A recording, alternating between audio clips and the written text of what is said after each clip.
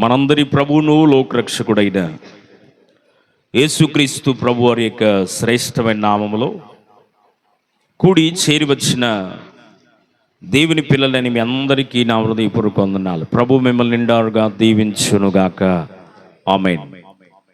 పరిశుద్ధ గ్రంథమైన బైబిల్లో నుండి ఈ దినం మన ధ్యాన నిమిత్తముగా ఇర్మియా ప్రవచన గ్రంథం 29వ అధ్యాయం 11వ వాక్యాన్ని నేను చదువుతాను. బైబిల్ ఉన్న వాళ్ళందరూ జాగ్రత్తగా చూడండి. 29వ అధ్యాయం ఇర్మియా గ్రంథం 11వ వాక్యం.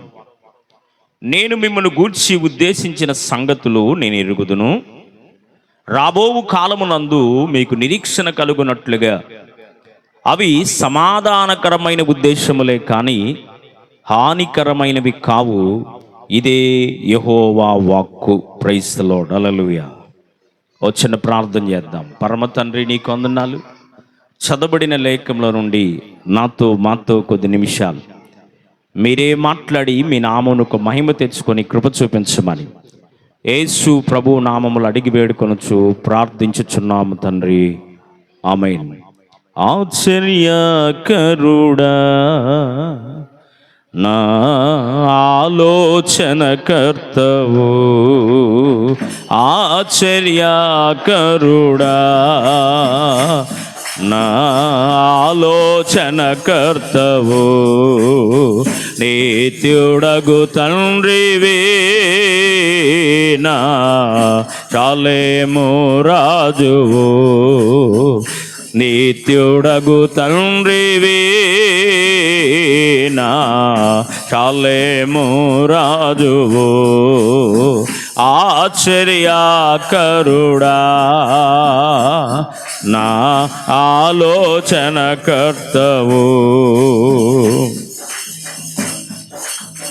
చీకటి తొలగే నీతి సూర్యుడు నాలో ఉదయించే, చీకటి తొలగే నీతి సూర్యుడు నాలో ఉదయించే, నీ సాక్షిగా వెలుగుమయమై తేజరిల్లెదను, నీ సాక్షిగా వెలుగుమయమై తేజరిల్లెదను, నీ ఉన్నంత వరకు. ఆశ్చర్యకరుడా, నా ఆలోచనకర్తవు, ఆశ్చర్యకరుడా, నా ఆలోచనకర్తవు, నిత్యుడగు తండ్రివే, నా షాలేము రాజువు, నిత్యుడగు తండ్రివే, నా షాలేము రాజువు, ఆశ్చర్యకరుడా, నా ఆలోచనకర్తవు. హల్లెలూయా. దేవుని పరిశుద్ధ నామానికి మహిమ కలుగునుగాక. కూడి చేరి వచ్చిన దేవుని పిల్లని మీ అందరికీ మరొక పర్యాయం నా హృదయపూర్వక వందనాలు తెలియపరుస్తున్నాను. చదవబడిన దేవుని వాక్యములో ప్రవక్తలలో పెద్ద ప్రవక్త ఇర్మియా గారు దేవుని ప్రజలు దేవునికి అవిధేయకరమైనటువంటి జీవితాన్ని జీవించి దేవుని పైన తిరుగుబాటు చేసి దేవుని యొక్క ఉద్దేశాన్ని ఎరుగక వారు ప్రయాణము చేస్తున్నటువంటి పరిస్థితులను బట్టి దేవుడు బబులోను చెరకు దేవుని పిల్లలను అప్పగించాడు. దరిదాపుగా బబులోను చెరలో 70 సంవత్సరాలు ఉన్నారు. ఒక రోజు 2 రోజులు కాదు, ఎన్ని రోజులు? 70 సంవత్సరాలు ఉన్నారు. ఈ 70 సంవత్సరాల్లో వారితో పాటుగా ఉన్నవాడు ఎవరంటే ఇర్మియా గారు. వారితో పాటుగా బబులోను చెరలోనే ఉండి వారి కొరకు వారి యొక్క భవిష్యత్తు జీవితం కొరకై ప్రభువు పాద సన్నిధిలో కన్నీరు కారుస్తూ ప్రార్థన చేస్తున్నాడు ఇర్మియా గారు. ఇర్మియా అనగా అర్థం ఏంటి అంటే, యెహోవాయే నన్ను బలపరిచేవాడు, యెహోవాయే నన్ను గణపరిచేవాడు, యెహోవాయే నన్ను లేవనెత్తేవాడు. ప్రైజ్ ది లార్డ్, హల్లెలూయా.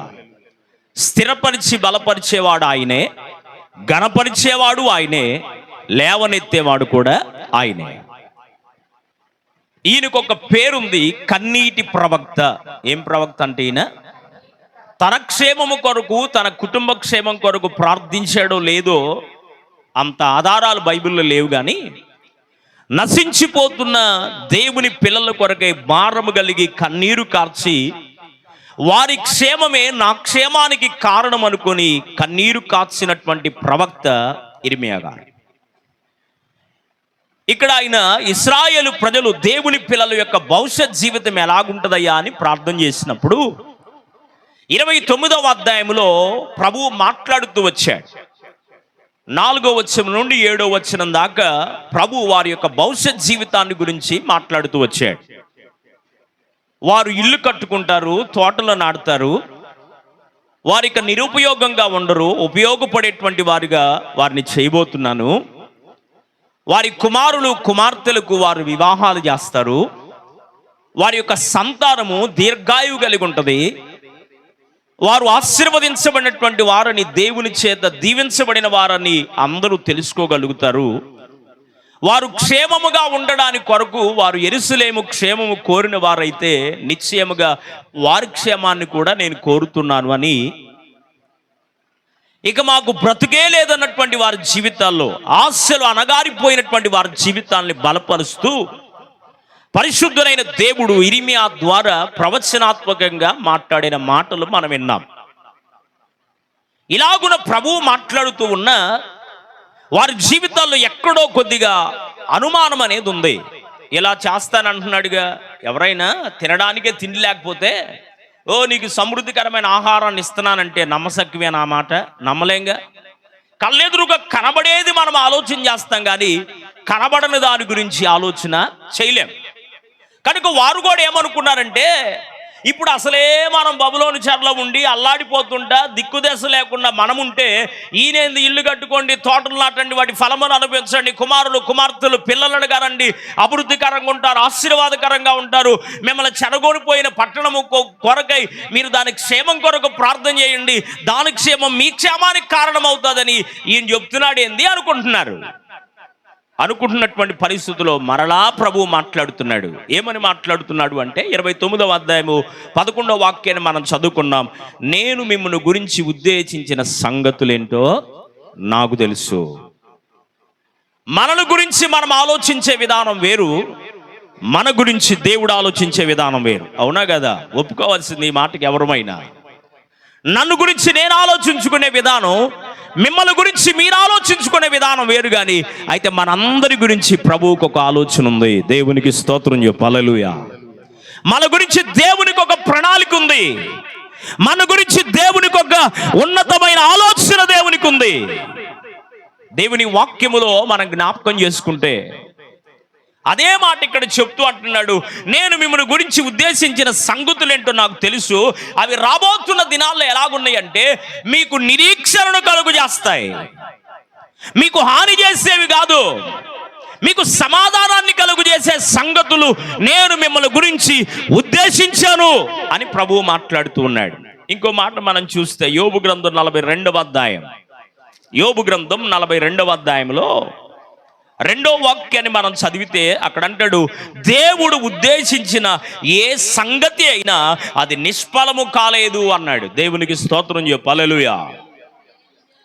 మనను గురించి మనం ఆలోచించింది నిష్ఫలమైపోయిందేమో, మన గురించి మనము తలంచుకున్నది, అరే రే మనం ఒకటి తలిస్తే దేవుడు ఒకటి తలిసాడే, మనం అట్లా చేద్దాం అనుకున్నాం, ఈయనేంది ఎట్లా చేసేసాడు, మన ఆలోచన వేరుగుంది, ఆయన ఆలోచన వేరుగుందని మనం ఒకటి తలిస్తే ఒకవేళ భగవంతుడు ఒకటి తలవచ్చేమో, కానీ అయితే మన ఆలోచన ఒకవేళ మన ఉద్దేశం సఫలపరచబడకపోవచ్చేమో, కానీ దేవుడు నిన్ను గురించి నన్ను గురించి ఆలోచిస్తున్న ఆలోచనల విషయంలో ఆయన ఎప్పుడూ నిష్ఫలము కానిలేదంట. దేవునికి గట్టిగా చప్పట్లు కొడుతూ ప్రభు నామం పడదాం, హల్లెలూయా.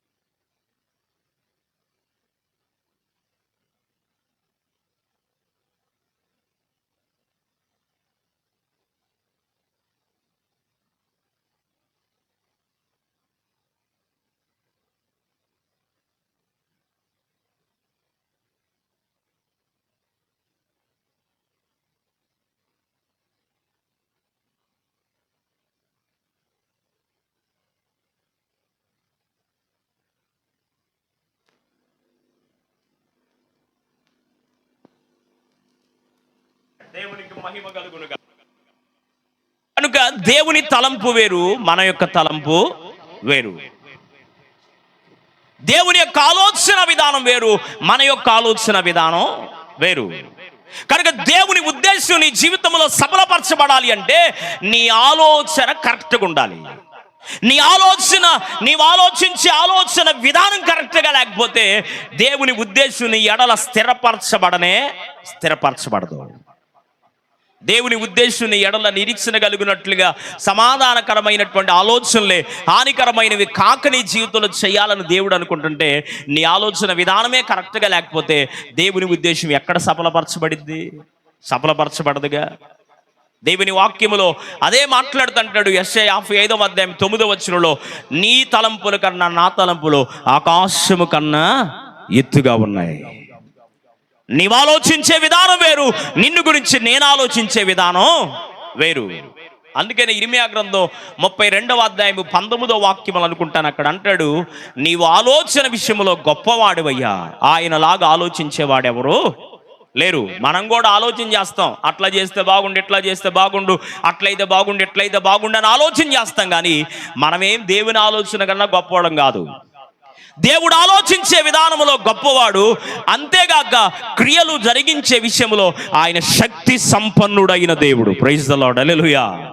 మనం ఆలోచన మాత్రమే చేయగలం, కానీ కొన్ని కార్యాలు ఆలోచించిన రీతిలో మన జీవితాల్లో కుటుంబాల్లో ఒకవేళ చేయలేకపోవచ్చేమో, నిష్ఫలమైపోవచ్చేమో.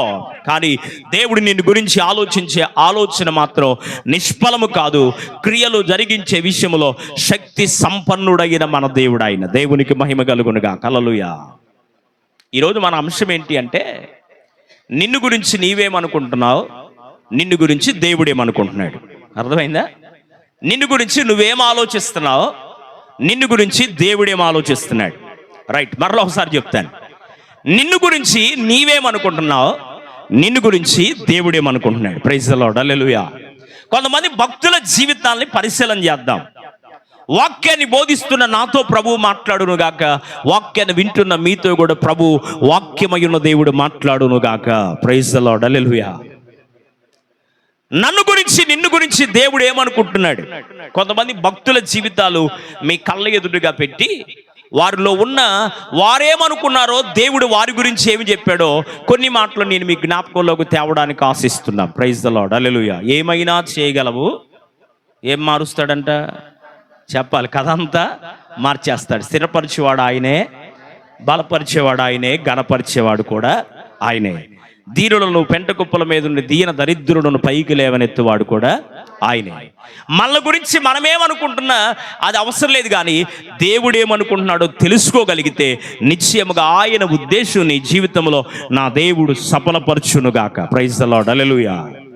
దేవుని ఉద్దేశం ఎరగాలి. మన ఉద్దేశాన్ని పక్కన పెట్టు, మన ఆలోచన పక్కన పెట్టు. అసలు నన్ను గురించి నీ ఉద్దేశం ఏంటయ్యా? ఈరోజు నన్ను అడిగావు ప్రభుని, నన్ను గురించి నీ ఆలోచన ఏంటి ప్రభువా? నా బిడ్డల గురించి నీ ఆలోచన ఏంటయ్యా? నా భవిష్యత్ జీవితాన్ని గురించి నీ ఆలోచన ఏంటయ్యా? నా కుటుంబాన్ని గురించి నీ ఆలోచన ఏంటయ్యా? సేవకులైతే మరి నీ సేవకుడిగా నన్ను పిలిచావు, ఎన్నుకున్నావు, ఏర్పాటు చేసుకున్నావు. అసలు నా సేవ విషయంలో నా ఉద్దేశముతో నేను చేస్తున్నానా, నా సొంత ప్రయత్నముతో నేను చేస్తున్నానా, లేక నీ ఉద్దేశముతో నేను సేవను జరిగిస్తున్నానా? ప్రైజ్ ది లార్డ్, హల్లెలూయా. దేవుని చిత్తాన్ని చేయువాడు నిరంతరం నిలిచి ఉంటాడు. దేవుని చిత్తానికి వ్యతిరేకంగా అది సేవ అయినా, వ్యక్తిగత జీవితమైన, కుటుంబ జీవితమైన అది పెద్ద ఫలించదు. దేవుని చిత్తమునకు వ్యతిరేకమైన ప్రతి ఆయుధం అణిచివేయబడుతుంది, వర్ధిల్లదు అని దేవుని వాక్యం స్పష్టంగా తెలియపరుస్తుంది. రండి దేవుని వాక్యంలోనికి వెళ్దాం. మొట్టమొదటిగా మోషే జీవితంలో ఉన్న ఓ చిన్న సంఘటనను మీకు జ్ఞాపకం చేయడానికి ఆశిస్తున్నాను. నిర్గమాకాండ గ్రంథం. మోషే తనను గురించి తాను ఏమనుకుంటున్నాడో ఇక్కడ రాయబడింది. నిర్గమాకాండం 4:10 చదువుమా. అప్పుడు మోషే, ప్రభువా, ఇంతకు మునుపైనను నీవు నీ దాసునితో మాట్లాడినప్పటి నుండి అయినను నేను మాట నేర్పరిని కాను, నేను నోటి మాంద్యము నాలుక మాంద్యము గలవాడనని యెహోవాతో చెప్తున్నాడు. ప్రైజ్ ది లార్డ్, హల్లెలూయా. మోషేను దేవుడు పిలిచాడు, ఎన్నుకున్నాడు, ఏర్పాటు చేసుకున్నాడు. మోషేను దేవుడు పిలుస్తుంటే దేవునికి ఒక వంక చెప్తున్నాడు ఆయన. అబద్ధాలు చెప్పేవాడంట వంకలే చెప్తాడంట. పెద్దోళ్ళు అంటారు వంక నేర్చిన వాడు వంక నేరుస్తాడు అని. అబద్ధము చెప్పడానికి మరి తప్పించుకోవాలంటే ఖచ్చితంగా ఏదో ఒక వంక ఖచ్చితంగా చెప్పాల్సిందే. ఇది లోకంలో సామెత. అయితే మోషేను దేవుడు ప్రజలను కాయడానికి పిలుస్తున్నాడు. మోషేను మందను కాయడానికి పిలుస్తుంటే మీకు ఇంకా క్లియర్గా అర్థమవ్వాలంటే 3వ అధ్యాయం అంతా చదవండి, మీకు అర్థమైంది. 3వ అధ్యాయం చదివితే తన మేనమామ గారు అయినటువంటి మామగారి యొక్క మందను కాయడానికి, ఇత్రో అనబడిన అతని మందను కాయడానికి కొండ ప్రాంతానికి వెళ్ళాడు. కొండ ప్రాంతానికి వెళ్ళినప్పుడు ఒక అద్భుతమైనటువంటి దర్శనాన్ని చూశాడు. అక్కడ కళ్ళారా చూస్తున్నాడు. ఏమి చూశాడు అంటే పొదేమో మండుతుందంట, కానీ కాలిపోలే. ఆశ్చర్యం వేసింది. ఏందిది? చెట్టేమో పచ్చగానే కనపడుతుంది, దీనిలేమో అగ్నేమో మండుతూ ఉంది. ఆశ్చర్యం వేసి గబగబా ఆయన అలాగ వెళ్ళబోతుంటే, మోషే ఆగు, నీవు నిలుబడిన ఈ స్థలం పరిశుద్ధమైన స్థలమయ్యా. వెంటనే నీ కాళ్ళకున్న చెప్పులు విడిచేయమన్నాడు దేవుడు. కాళ్ళకున్న చెప్పులు విడిచిపెట్టాడు. సాష్టాంగపడి అడుగుతున్నాడు ప్రభుని, అయ్యా నీవేనా నాతో మాట్లాడుతుంది? నేను నీ పితరుల దేవుడైన యెహోవానయ్యా, నేనే మాట్లాడుతుంది, నేను ఉన్నవాడను అనువాడను అని ప్రభువు మాట్లాడుతున్నప్పుడు, నా ప్రజలను పరిపాలన చేయడానికి కొరకే నీవే నాయకుడిగా ఉండి ఐగుప్తు బానిసత్వంలో నలిగిపోతున్న నా ప్రజలకు నాయకుడిగా ఉండి నీవు తీసుకొని రావాలి బయటికంటే, ఇక్కడ ప్రభువుతో ఆయన ఏం చెప్తున్నాడంటే, నేనంత టాలెంట్ కలిగినోడిని కాదయ్యా, మాటలే నాకు సరిగ్గా రావయ్యా, మాట్లాడడానికి కూడా నాకు సరి అయిన నాలుక పడసన కూడా లేదయ్యా, నేను మాట్లాడుతూ ఉంటే నేను నత్తివాడనయ్యా, నోటి మాంద్యము కలిగిన వాడనయ్యా, నా వల్ల కాదు ప్రభువా నీ ప్రజలను పరిపాలించడానికి, నీ ప్రజలను అయ్యా ఓ కాపురిగా ఉండి నడిపించడానికి, ఓ నాయకుడిగా ఉండి నడిపించడానికి నేను క్వాలిఫై పర్సన్ కాదయ్యా అని తనలో ఉన్న బలహీనతను ప్రభుకు చెప్తున్నాడు. అంటే తనను గురించి తాను ఏమనుకుంటున్నాడంటే, ఈ సేవ చేయడం, ఈ నాయకత్వం వహించడం, ఇశ్రాయేలు ప్రజలను బయటకు తీసుకొని రావడం, ఐగుప్తు యొక్క బానిసత్వం నుండి బయటకు తీసుకొని రావడం నా వల్ల కాదు అనుకుంటున్నాడు. అయితే ప్రభువు ఏమనుకుంటున్నాడు ఆయన గురించి చూద్దామా? దేవుని వాక్యములో పరిశుద్ధ గ్రంథం మన బైబిల్లో మనం చూస్తే సంఖ్యాకాండ గ్రంథం 12వ అధ్యాయం. చదివేవాళ్ళు త్వరగా గత్తర లేకుండా నిదానంగా ప్రశాంతంగా చదవండి. ఇప్పుడు మనల్ని ఎవరు తరవట్లేదు ఇక్కడ, కొద్ది సమయం ముందు వాక్యం చెప్పుకోవడానికి, కనుక జాగ్రత్తగా చదవండి. 12వ అధ్యాయము 3వ వాక్యం. సంఖ్యాకాండం 12వ అధ్యాయం 3వ వచనం. యెహోవా ఆ మాట వినెను, మోషే భూమి మీద ఉన్న వారందరిలో మిక్కిలి సాత్వికుడు అన్నాడు. Praise the lord, hallelujah. హెబ్రీ పత్రిక 3వ అధ్యాయము 3-4 వచనాల్లో కూడా అక్కడ ఇంకొక మాట ఉంటుంది. అక్కడ ఏమన్నాడంటే, మోషే మిక్కిలి సాత్వికుడే కాదు, నా ఇల్లంతటిలో నమ్మకమైన వాడు అన్నాడు. ప్రైజ్ ది లార్డ్, హల్లెలూయా. వినాలి జాగ్రత్తగా. మోషే ఏమనుకుంటున్నాడంటే, నా వల్ల కాదు ఇశ్రాయేలు ప్రజలను నడిపించడానికి, నేను నత్తివాణ్ణి, నేర్పరితనము లేని వాడిని, నేను ఎలాగూ నడిపించగలనయ్యా అంటున్నాడు. అయితే దేవుడు ఏమన్నాడు, మోషే నీవు భూమి మీద ఉన్న మనుషులందరిలో మిక్కిలి సాత్వికుడైన వాడవయ్యా. ఒకసారి గట్టిగా చప్పట్లు కొడుతూ ప్రభు నామం పడదాం, హల్లెలూయా. ఒకవేళ మోషేలాగా ప్రభు నిన్ను పిలుస్తుంటే, ప్రభు తన దరికి రమ్మంటుంటే, ప్రభు యొక్క ఆలోచన చెప్తాను, ప్రభు యొక్క ఉద్దేశం నీతో మాట్లాడతాను, అసలు నేను మాట్లాడేదో ఎనమని ప్రభు నీతో మాట్లాడుతుంటే, నా వల్ల కాదు నాయనా, నేను చేయలేనయ్యా, నా వల్ల కాదని నీవు అంటున్నావేమో, మోషే వలే నువ్వు బలహీనుడు కావద్దు, బలహీనురాలు కావద్దు. నీ యొక్క పరిస్థితిని ప్రభువుకు తెలియపరిచిన నీ ఆలోచన తలంపు పుట్టక మునిపే ఆయన నిన్ను గురించి ఎరిగిన వాడై ఉన్నాడు కనుక నీవు అలాంటి పరిస్థితుల్లో ఉండొద్దు అని జ్ఞాపకం చేస్తున్నాను. ప్రైజ్ ది లార్డ్, హల్లెలూయా. మోషే అనుకుంటున్నాడు, నేను నోటి మాంద్యము కలిగిన వాడనయ్యా, నత్తివాడనయ్యా అనుకున్నాడు. కానీ నత్తివాడను తీసుకెళ్లి ఇశ్రాయేలు ప్రజలకు దేవుడు నాయకుడిగా మలచి ఇల్లంతటిలో నమ్మకమైన వాడనే సాక్ష్యాన్ని ఇచ్చాడు ప్రభు. స్తోత్రం చెప్పు, హల్లెలూయా. రెండో మాట చూపిస్తాం. దేవుని వాక్యం ఆదికాండ గ్రంథం 18వ అధ్యాయం ఆదికాండ గ్రంథం 18వ అధ్యాయం 27వ వచనం. ఆదికాండ గ్రంథం 18వ అధ్యాయం 27వ వాక్యం. ఒకళ్ళు చదవండి. అందుకు ప్రభువు, అందుకు అబ్రహాము, ఇదిగో చదువు ఒకళ్ళు చదవండి.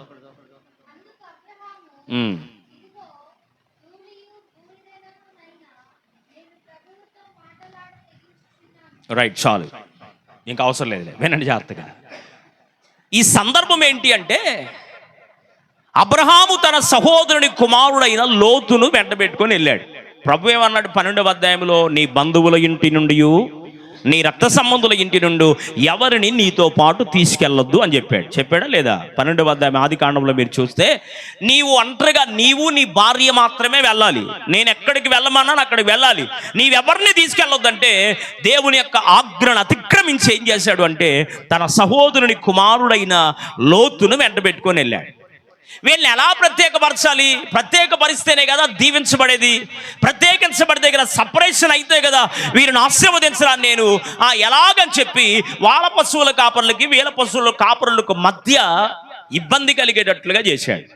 వీళ్ళిద్దరూ ఇబ్బంది కలిగిన తర్వాత అబ్రహాము దగ్గరకు వచ్చాడు లోతు. అయ్యా, మనిద్దరు రక్త సంబంధులు, బంధువులం కదా, మనిద్దరం తగాదా ఆడుకోవడం ఎందుకు, తన్నులు ఆడుకోవడం ఎందుకు, ఇట్లాంటి పరిస్థితులు మనకు వద్దయ్యా అని చెప్పి అబ్రహామే పెద్దవాడు కనుక ఒక మాట ముందుకెళ్ళిపోయి ఏమన్నాడు అంటే, నీవు తూర్పుకి వెళ్తానంటే నేను పరమునికి వెళ్ళిపోతాను, నీవు ఉత్తరాన్ని కోరుకుంటే నేను దక్షిణాన్ని కోరుకుంటాను, నీవు మొదటిగా ఏ దిక్కును కోరుకొని వెళ్తావో ఆ దిక్కుకు నువ్వు వెళ్ళిపో, నువ్వు వెళ్ళిపోయిన తర్వాత నేను మిగిలిన దిక్కులోకి నేను వెళ్తానని చెప్పాడు. ప్రైజ్ ది లార్డ్, హల్లెలూయా. చూడడానికి ఏదేను తోట వలె ఉన్న, ఏదేను తోట కాదు, గమనించండి, ఏదేను తోట వలె ఉన్న సొదొమ గొమొర్రా ప్రాంతాన్ని కోరుకొని లోతు తన కుటుంబీకులు వెళ్ళిపోయారు. వెళ్ళిపోయిన తర్వాత భయంకరమైన విగ్రహారాధన అక్కడ జరుగుతుంది, భయంకరమైన వ్యభిచారం అక్కడ జరుగుతుంది, భయంకరమైన దేవునికి అవిధేయకరమైన అసహ్యమైన వాయు వరసలు లేకుండా భయంకరమైన వ్యభిచారం అనే కోపములో దేవునికి అవిధేయకరమైనటువంటి జీవితాన్ని జీవిస్తున్నారు అక్కడ ఉన్నటువంటి సొదొమ గొమొర్రా ప్రజలు. కొంతకాలం గడిచిపోయింది. ఈ వార్త అబ్రహాము గారికి వినపడింది. రాత్రి దైవజనులు కూడా తెలియపరిచారు కదా. ఈ వార్త అబ్రహాముకు వినబడినప్పుడు అబ్రహాము ప్రభు సన్నిధిలోకి వెళ్ళి అడుగుతున్నాడు, దుమ్మునయ్యా, ధూళినయ్యా, నీ ఎదుటగా రావడానికి నాకేం చాటలేదంటే ధైర్యము చాటలేదయ్యా, అయినా దుమ్మునైనా ధూళినైనా నేను నీ దగ్గరకు వస్తున్నానయ్యా. ఏమనుకుంటున్నాడు? నేను దుమ్మును ప్రభువా, నేను ధూళినయ్యా, నీ వద్దకు రావడానికి నేను తెగించి మాట్లాడవలసి వస్తుంది. కారణం ఏంటి అంటే నా సహోదరుడు నశించిపోతున్నాడయ్యా, నా సహోదరుని కుటుంబం నశించిపోతుందయ్యా, వాడు అలాగూ నశించిపోతుంటే నేను ఎలా క్షేమంగా ఉండవాలయ్యా, అయ్యా అయ్యా అయ్యా నా సహోదరుని కుటుంబాన్ని విడిపించయ్యా అని ప్రభువు దగ్గర తన యొక్క స్థితిని, తనను గురించి తాను ఏమనుకుంటున్నాడో ప్రభువుకు తెలియపరుస్తూ ఉన్నాడు. ఈ సందర్భం అంతా మనకు తెలుసు. ఒక్కళ్ళు ఉంటే రక్షిస్తావా, 5గురు ఉంటే రక్షిస్తావా, 30 మంది ఉంటే రక్షిస్తావా, 50 మంది ఉంటే రక్షిస్తావా, 100 మంది ఉంటే రక్షిస్తావా? పైనుంచి కిందకి ఇలా దిగొచ్చాడు, 5గురున్నా రక్షిస్తావంటే దేవుడు మాట్లాడక మౌనముగా వెళ్ళిపోయెను అనందు వాక్యంలో. అబ్రహాము గురించి ఏమనుకున్నాడు తనంటే, నేను దుమ్ము వంటి వాడినయ్యా, ధూళి వంటి వాడినయ్యా అనుకుంటున్నాడు. మరి అబ్రహాం గురించి దేవుడు ఏమనుకున్నాడు చూద్దామా? దేవుని వాక్యంలో రోమాపత్రిక 4వ అధ్యాయము 12వ వచనం అలాగే 19వ వచనం. అపోస్తలుడైన పౌలు రోమీయులకు రాసినటువంటి పత్రిక 4వ అధ్యాయము 12వ వచనంలో 19వ వచనంలో అక్కడ అంటాడు, నీవు విశ్వాసం ఉంచితివి. 19వ వచనాన్ని మీరు చదివితే అక్కడ ఉంది, నిరీక్షణకు ఆధారము లేనప్పుడే అబ్రహాము దేవుని నమ్మెను, అది అతనికి నీతిగా ఎంచబడింది, విశ్వాసులకు తండ్రిగా మార్చబడ్డాడు. దేవునికి మహిమ కలుగునుగా. హల్లెలూయా. ఎవరికి తండ్రి అంట చెప్పాలి. ఈయనేమనుకుంటున్నాడు? నేనేమో దుమ్మునయ్యా, నేను ధూళినయ్యా, నేను పనికిరాని వాడినయ్యా, నా వల్ల ఉపయోగం ఏమి లేదయ్యా అని తాను అనుకుంటున్నాడు. కానీ జీవము కలిగినటువంటి దేవుడు అబ్రహాము గురించి ఏం మాట్లాడుతున్నాడంటే, నీవు విశ్వాసం గలవాడివయ్యా, నీ విశ్వాసులకు తండ్రివి అని నేను అంటున్నాను, అనేక జనములకు నిన్ను తండ్రిగా నేను నియమించానని ప్రభువు మాట్లాడుతూ ఉన్నాడు. ప్రైజ్ ది లార్డ్, హల్లెలూయా. మన గురించి మనం ఆలోచించేది వేరు, మనల గురించి దేవుడు ఆలోచించేది వేరు. దుమ్మును ధూళిని అనుకున్నాడు అబ్రహాము. కానీ అబ్రహాము గురించి దేవుడు అంటున్నాడు, నీవెవరో తెలుసా? నువ్వు విశ్వాసం ఉంచి నన్ను నమ్ముకున్నావు కనుక ఇక మీద నువ్వు విశ్వాసులకు తండ్రిగా ఉంటావు. లూకాసు వార్త 19వ అధ్యాయంలో అక్కడ మీరు చదివితే 9వ వచనంలో ఇతడును అబ్రహాము కుమారుడే అన్నాడు జక్కయ్య గురించి మాట్లాడుతూ. ఎవరంట ఆయన? అబ్రహాము కుమారుడే. అంటే అబ్రహాం ఎవరు? ఇప్పుడు జక్కయ్య ఇంటికి ఏమొచ్చింది? రక్షణ వచ్చింది. విశ్వాసిగా మార్చబడ్డాడు కనుక మరి జక్కయ్యను చూసి ప్రభు ఏమంటున్నాడంటే ఇతడును అబ్రహాము కుమారుడే. అంటే విశ్వాసులకు తండ్రిగా అబ్రహామును దేవుడు ఏర్పరిచాడు. ప్రైజ్ ద లార్డ్, హల్లెలూయా. 3వ సందర్భాన్ని చూపిస్తాను రండి. దేవుని వాక్యంలో మనం పరిశీలన చేస్తే ఆదికాండ గ్రంథం 32వ అధ్యాయం, 27వ వాక్యం. ఆదికాండం 32:27. ఆయన నీ పేరేమని అడుగగా అతడు యాకోబు అని చెప్పాడంట. దేవునికి మహిమ కలుగునుగాక. అన్నను మోసం చేసి తండ్రి దగ్గర అన్నదమ్ముడికి రావాల్సినటువంటి ఆశీర్వాదాలన్నీ కాజేసి అక్కడ నుండి బయలుదేరి వెళ్ళిపోతున్నాడు. ప్రొద్దుగుంకినందున అతడు వెళ్ళడానికి ప్రయాణం కొద్దిగా ఆలస్యం అయిపోయింది కాబట్టి ఓ స్థలములో రాయిని దిండుగా చేసుకుని తలగడగా చేసుకొని పడుకొని నిద్రపోతున్నాడు. ఓ అద్భుతమైనటువంటి కళ వచ్చింది ఆయనకి. ఈ అద్భుతమైనటువంటి కళ యొక్క భావాన్ని తెలుసుకున్నాడు. ప్రశాంతంగా దేవుని దగ్గర నిబంధన చేసుకున్నాడు. వెళుతూ ఉన్నటువంటి పరిస్థితిలో మరి అతని ప్రయాణములో దేవుడే దిగి వస్తే ఇప్పుడు ఏమడుగుతున్నాడంటే, నీవు నన్ను ఆశీర్వదిస్తేనే తప్ప నేను ఇక్కడి నుంచి వెళ్ళనయ్యా. నిన్ను నేను విడువను దేవా, నీవు నన్ను దీవించు వరకు నిన్ను నేను విడువను దేవా. నిన్ను నేను విడువనయ్యా. ఎప్పుడు దాకా తెలుసా? నన్ను ఆశీర్వదించేదాకా. సరే ఆశీర్వదిస్తాను రా బాబు, నీ పేరేందో చెప్పయ్యా అన్నాడు. ఇప్పుడు చెప్తున్నాడు, నా పేరేంటో తెలుసా? యాకోబు. యాకోబు అనగా అర్థం ఏంటంటే నేను మోసగాడినయ్యా. నా జీవితంలో యథార్థత లేదు, మోసమే అంతా మోసం చేసే బ్రతికాను నేను. కనుక నా జీవితం యొక్క పరిస్థితి ఇదయ్యా అని ప్రభువుకు చెప్పుకున్నాడు. అయితే తనను గురించి తానేమో నేను మోసగాడిని అని ప్రభుతో చెప్తుంటే ప్రభు ఏమన్నాడో తెలుసా? 28వ వచనం చదవండి. అప్పుడు ఆయన, నీవు దేవునితోనూ మనుషులతోనూ పోరాడి గెలిచితివి గనుక ఇక మీదట నీ పేరు ఇశ్రాయేలు. ఏం పేరంట? ఇజ్రాయెల్. మోసగాడిగా ప్రభు సన్నిధిలో నేను మోసగాడినని తనను గురించి తను ఆలోచిస్తూ దేవునికి చెప్తుంటే దేవుడు అంటున్నాడు, నీ యథార్థమైన పరిస్థితులు ఒప్పుకున్నావు కనుక నీవిక మోసగాడివి కాదు. నీవెవరు అంటే మనుషులతో పోరాడి గెలిచావు. చెప్పాలి, దేవునితో కూడా పోరాడి గెలిచావు. మనుషులతోనూ దేవునితోనూ పోరాడి గెలిచావు కనుక ఇక మీదట నీ పేరేంటంటే ఇశ్రాయేలు. ద్వితీయోపదేశకాండ గ్రంథం 33వ అధ్యాయం 29వ వచనంలో ఉంటుంది ఈ మాట, యెహోవా చేత రక్షించిన నిన్ను పోలిన వాడు ఎవరున్నారు? ఇజ్రాయేలు అనగా అర్థం ఏంటంటే రక్షించబడిన వాడు. ఒకప్పుడు జీవితం మోసకరమైన జీవితం, ప్రభువేమో నీవు రక్షించబడిన వాడవి అంటున్నాడు. ప్రైజ్ ద లార్డ్, హల్లెలూయా. యాకోబు జీవితంలో మనం గమనిస్తే యాకోబు తనను గురించి తాను మోసగాడిని చెప్పుకుంటున్నాడు, కానీ ప్రభు అయితే అతనిలో ఉన్న బలహీనతను చూడట్లేదు, అతనిలో ఉన్న పరిస్థితిని చూడట్లేదు. అతని గురించి దేవుడు ఏమనుకుంటున్నాడంటే, నీవు మనుషులతో దేవునితో పోరాడి గెలిచావు కనుక నీవు ఇక మీదట ఇజ్రాయేలువి, రక్షించబడిన వాడివి, నా కుమారుడివి, నీవు నా సొత్తు అని దేవుడు యాకోబుని గురించి మాట్లాడుతున్న శ్రేష్టమైన మాట మనం వింటున్నాం. ప్రైజ్ ద లార్డ్, హల్లెలూయా. మరొక సందర్భాన్ని దేవుని వాక్యంలో మీకు జ్ఞాపకం చేయడానికి ఆశిస్తున్నాను. యోబు గ్రంథం 40వ అధ్యాయం, యోబు గ్రంథం 40వ అధ్యాయము 4వ వచనాన్ని చూద్దాం. 40వ అధ్యాయం 4వ వచనం, చిత్తగించుము, నేను నీచుడను, నేను నీకు ఏమని ప్రత్యుత్తరం ఇచ్చేదను? నా నోటి మీద నా చేతిని ఉంచుకునేదను. నేను ఎవరినంటే నీచున్నయ్యా. నేను ఎలిజిబుల్ పర్సన్ కాదు. నేను ఇంట్లో వాళ్ళకి పనికిరాలా, వీధిలో వాళ్ళకి పనికిరాలా, నీకు కూడా పనికొచ్చేటువంటి అంత పరిస్థితి నా జీవితంలో లేదయ్యా. నేను క్వాలిఫై పర్సన్ కాదయ్యా.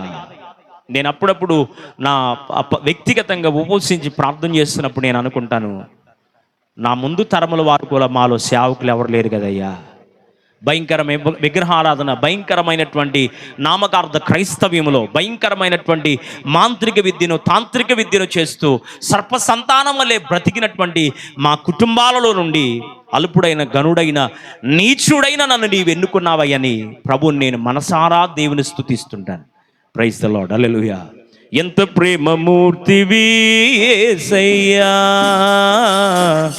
ఎంత కరుణమయుడవు నీవయ్యా, ఎంత ప్రేమమూర్తివి యేసయ్యా, ఎంత కరుణమయుడవు నీవయ్యా. దూతలు చేయని సేవ ధూళినైనా నాకు అప్పగించినావయ్యా యేసయ్యా, ఆదరించినావు నీవయ్యా. దూతలు చేయని సేవ ధూళినైనా నాకు అప్పగించినావయ్యా యేసయ్యా, ఆదరించినావు నీవయ్యా. నన్ను ఆదుకున్నావు నీవయ్యా, నన్ను ఆదరించినావు నీవయ్యా. ఎంత ప్రేమమూర్తివి యేసయ్యా, ఎంత కరుణమయుడవు నీవయ్యా, ఎంత ప్రేమమూర్తివి, ఎంత కరుణమయుడవు నీవయ్యా. యోబు గారు అనుకుంటున్నాడు, నేను నీచుడనయ్యా, నేను ఎవరినంట పనికిరానున్నయ్యా, నా వల్ల ఉపయోగం ఏమి లేదయ్యా అని ప్రభువు దగ్గర ఆయన చెప్తూ ఉంటే 40వ అధ్యాయం అంతా ప్రభువు యోబుతో మాట్లాడుతున్న సందర్భం అది. యోబుతో మాట్లాడుతున్న సందర్భంలో యోబు ప్రభుతో చెప్తున్నాడు, నేను నీచుడనయ్యా, నేను నీతో మాట్లాడడానికి కూడా నాకు ధైర్యం చాలక నా నోటి పైన నేనేం పెట్టుకుంటున్నాను? చెయ్యిని అడ్డం పెట్టుకుంటున్నానయ్యా. నీ పరిశుద్ధమైన దేవుడు అయ్యా, నీ నోటి నుండి ఒక్క మాట వచ్చినా అది నా జీవితాన్ని మార్చగలదు కనుక నా యథార్థమైన పరిస్థితి నేను ఒప్పుకుంటూ నేను నీచుడను కనుక నీతో మాట్లాడడం ధైర్యం చాలక నా నోటి పైన చెయ్యి ఉంచుకుంటున్నానని యోబు మాట్లాడుతుంటే ప్రభువు ఆయన గురించి ఏమన్నాడో తెలుసా? మొదటి అధ్యాయం, యోబు గ్రంథం మొదటి అధ్యాయము 8వ వచనంలో సాతానుతో ప్రభువు ఛాలెంజ్ చేస్తూ మాట్లాడుతూ వచ్చాడు. నా సేవకుడైన యోబు సంగతి నీవు ఆలోచించితివా? యోబు న్యాయవంతుడు, యథార్థవంతుడు, యెహోవా యందలి భయభక్తులు కలిగి చెడుతనమును అసగించుకున్నవాడు అని చెప్తున్నాడు. Praise the lord. హల్లెలూయా. నేను నీచుడయ్యా అని ప్రభువుతో ఆయన చెప్తుంటే ప్రభువు ఏమంటున్నాడంటే, నువ్వు నీచుడువు కాదు, ఒకప్పుడు నీచుడుకున్నావేమో, నువ్వు నీచుడువు కాదయ్యా, నీవెవరు అంటే న్యాయవంతుడివి, నీవెవరు అంటే యథార్థవంతుడివి, నీవెవరు అంటే దేవుని అందరి భయభక్తులు కలిగి చెడుతనమును అసగించుకున్నవాడివయ్యా, నీవు నా కుమారుడివి అని యోబు గురించి ప్రభువు సాక్ష్యం చెప్తున్నాడు. Praise the lord. హల్లెలూయా.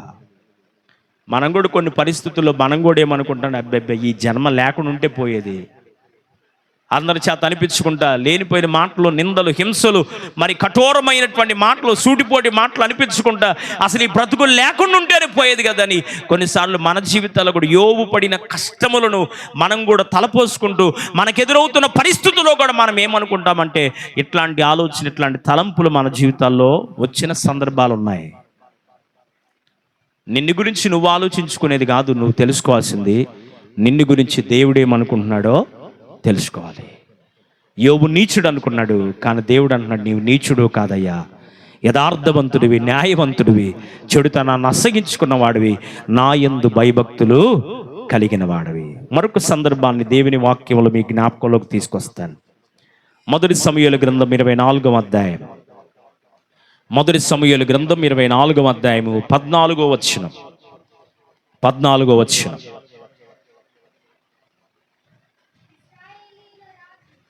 ఇశ్రాయేలీయుల రాజు ఎవని పట్టుకొన బయలుదేరి వచ్చి ఉన్నాడో, ఏ పాటి వాడిని తరుముచున్నాడో, సచ్చిన కుక్కను గదా, మిన్నల్లిని గదా, యెహోవా నీకును నాకును మధ్య న్యాయాధిపతి అయి తీర్పు తీర్చునుగాక. వినండి, ఇంకా పర్లేదు, బైబిల్ చూడండి, నాకెళ్ళి చూడండి. ఇశ్రాయేలు ప్రజల పైన ఛాలెంజ్ చేస్తున్నాడు ఒక ఆయన. ఎవరైనా? గొలియాతు. ఏం పేరు ఆయన పేరు? గొలియాతు. 6 మూరల జానుడు ఎత్తున్నాడంట. ఎన్ని మూరలు? 6 మూరల జానుడు ఎత్తున్నవాడు దేవుని స్వాస్యమైన పిల్లల గురించి బలమైనటువంటి ప్రలాభాలు పలుకుతూ ఉంటే అన్నలకు క్యారేజీ తీసుకొని వెళ్ళాడు. అన్నలు యుద్ధ రంగంలో ఉన్నారని వారి క్యారేజ్ తీసుకొని వెళ్ళాడు దావీదు. ఆ క్యారేజ్ తీసుకొని వెళ్ళినప్పుడు అతను మాట్లాడుతున్న మాటలకు అక్కడున్న వారికి రోషం వచ్చిందో లేదో తెలియదు, కానీ ఎవరికి రోషం వచ్చింది? దావీదుకి రోషం వచ్చింది. దావీదుకి రోషం వచ్చి, అయిపోయిందిరా నీ చాప్టర్, నువ్వెవరి జోలికి వస్తున్నావు తెలుసా? ఎవరి జోలికి వచ్చావు?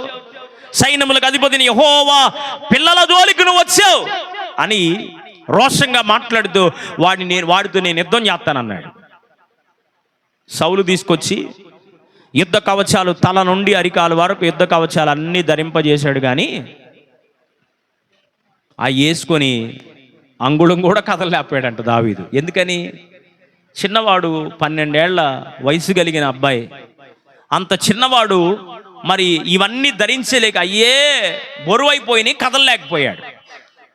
రాజా, ఇవన్నీ నాకు అవసరం లేదయ్యా, నాకు చేతనైనా కుదిరిన వాడితో నేను అతను యుద్ధం చేసేస్తానన్నాడు. అంటూ ఇంకో మాట ఏమన్నాడంటే, నేను కాదు యుద్ధం చేసేది, నా పక్షంగా యెహోవా యుద్ధం చేస్తాడు. నాకు వాడుకైన దాంతో నేను యుద్ధం చేస్తాను, గెలుస్తాను, కానీ నేను కాదు యుద్ధం చేస్తుంది, నా దేవుడని యెహోవా నా పక్షంగా ఇశ్రాయేలు ప్రజల పక్షంగా యుద్ధము చేస్తాడు. క్యాట్బెల్తో చంపేశాడు. దేంతో?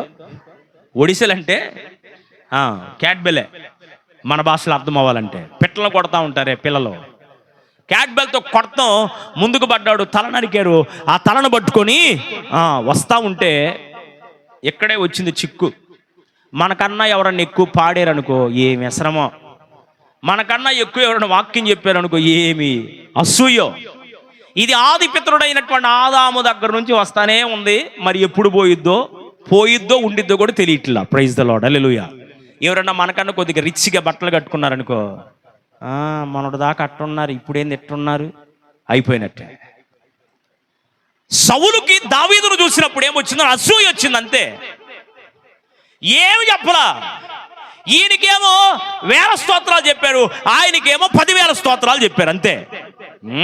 నేను రాజునైతే నన్ను పొగడకుండా మరి పాపం రాజైనోడు దరిదాపుగా 9 దినాల నుంచి యుద్ధరంగంలో ఉండి ఈయనేమో లోపలే ఉన్నాడు, సైనికులు పంపించాడు, వాడు ఛాలెంజ్ చేస్తుంటే అప్పుడు లేదు రోషం, అప్పుడు రాలా రోషం, అప్పుడు రాలా.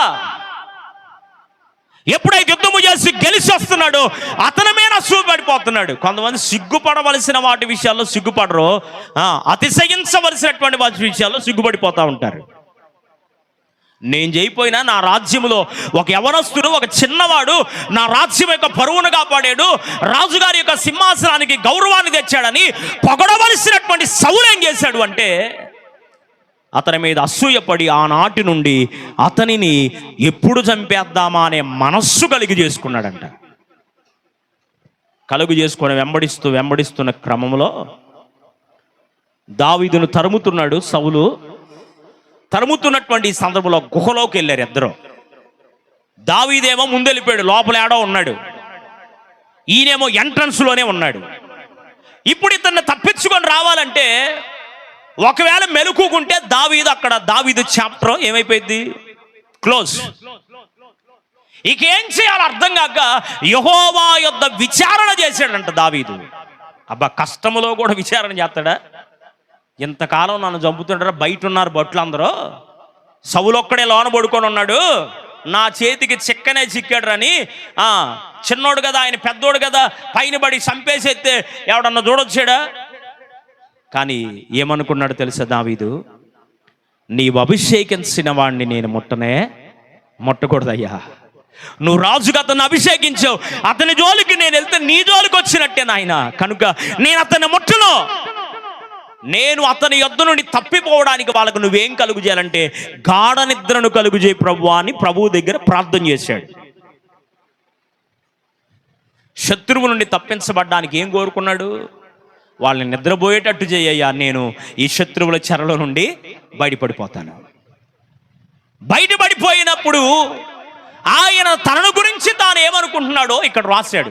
ఏమనుకుంటున్నాడంట? చచ్చిన కుక్క వంటి వాడనయ్యా, మిన్నల్లిని ప్రభువా, నాలాంటోడు ఇశ్రాయేలు రాజు అయినటువంటి సౌలు అరే ఆఫ్టర్ అయిన నన్ను చంపడానికి ప్రయత్నం ఏంటయ్యా? న్యాయాధిపతిగా నీవే ఉండి మా ఇద్దరి మధ్య న్యాయము తీర్చయ్యా అని అడుగుతున్నాడు. దేవునికి మహిమ కలుగునుగా. హల్లెలూయా. న్యాయాధిపతి అయిన దేవుడు నిన్ను తీర్పు తీర్చేటి వేళలో ఏ గుంపులో నీవుందువో యోచించుకో ఓ సోదరా. న్యాయాధిపతి అయిన దేవుడు గొర్రెలకే నిత్య జీవము, మేకలకే నిత్య నరకము. గొర్రెలకే నిత్య జీవము, మేకలకే కము. మరి ఏ గుంపులో నీవుందువు, మరి ఏ గుంపులో నీవుందువు అని యేసుడు నిన్నడిగిన ఏ మందువు, అని యేసుడు నిన్నడిగిన ఏ మందువు. న్యాయాధిపతి అయిన దేవుడు నిన్ను తీర్పు తీర్చేటి వేళలో ఏ గుంపులో నీవుందువో యోచించుకో ఓ సోదరా, యోచించుకో ఓ సోదరి. హల్లెలూయా. కొన్నిసార్లు శత్రువు ఎదుట మన ఎదుట ఉన్న మన చంపడానికి ప్రయత్నము చేస్తున్న శత్రువు మన చేతికి చిక్కినటువంటి పరిస్థితులు మనకున్న, మనం ఏం చేయకూడదంటే శత్రువుకైనా అపకారం చేయకూడదు, వదిలిపెట్టి వెళ్ళాలంతే. పగ తీర్చుకోవడం ఎవరి పని? నీ పని, నా పని కాదు. నువ్వు నేను పగ తీర్చుకుంటే 4 మాటలు అంటాం, 2 దెబ్బలు కొడతాం, అంత తప్పితే ఉపయోగం లేదు. కానీ జీవితాంతం పలానోళ్ళు అన్నారు, పలానోళ్ళు కొట్టారని ఆ మత్స్య గాయం అలాగే మిగిలిపోయింది. మనం వెళ్ళిపోయినా కానీ మన తర్వాతి తరాలకు కూడా ఒకప్పుడు ఇట్ట చేశాడు, ఒకప్పుడు ఇట్ట చేశాడు. మనం ఐమా హాస్పిటల్ దగ్గరే అక్కడ ఒక టెంపుల్ ఉంది, ఒక దేవస్థానం ఉంది. అక్కడ వాడు పిల్లోడప్పుడు వాళ్ళ నాన్న కొట్టాడంట, యవనస్తుడు ఒక అబ్బాయి. వాడు ఎప్పుడో చిన్న పిల్లోడప్పుడు వాళ్ళ నాన్న కొడత వీడి కళ్ళారుగా చూశాడు, తలకాయ పగలు కొట్టేసి వెళ్ళిపోయాడంట. రీసెంట్గా ఇప్పుడు దరిదాపుగా 18 సంవత్సరాలు వాళ్ళ నాన్న వాడు కొట్టి వెళ్ళిపోయి. రీసెంట్గా మా ప్రాంతంలో తిరణాలు జరుగుతుంటే ఆ అబ్బాయి వచ్చాడు, కొట్టి వెళ్ళిపోయాడు. చూడు వాడు వచ్చాడు. వాడు వస్తే అప్పుడు పిల్లోడు కదా, ఇప్పుడు యవనస్తుడయ్యాడు, వీడు పెద్దోడైపోయాడు. వాళ్ళ నాన్ని కొట్టినటువంటి ఆ పగ వీడిని చూడంగానే జ్ఞాపకం పెట్టుకొని వాడి తాగొచ్చి వీడిని తలకాయ పగలు కొట్టేశాడు.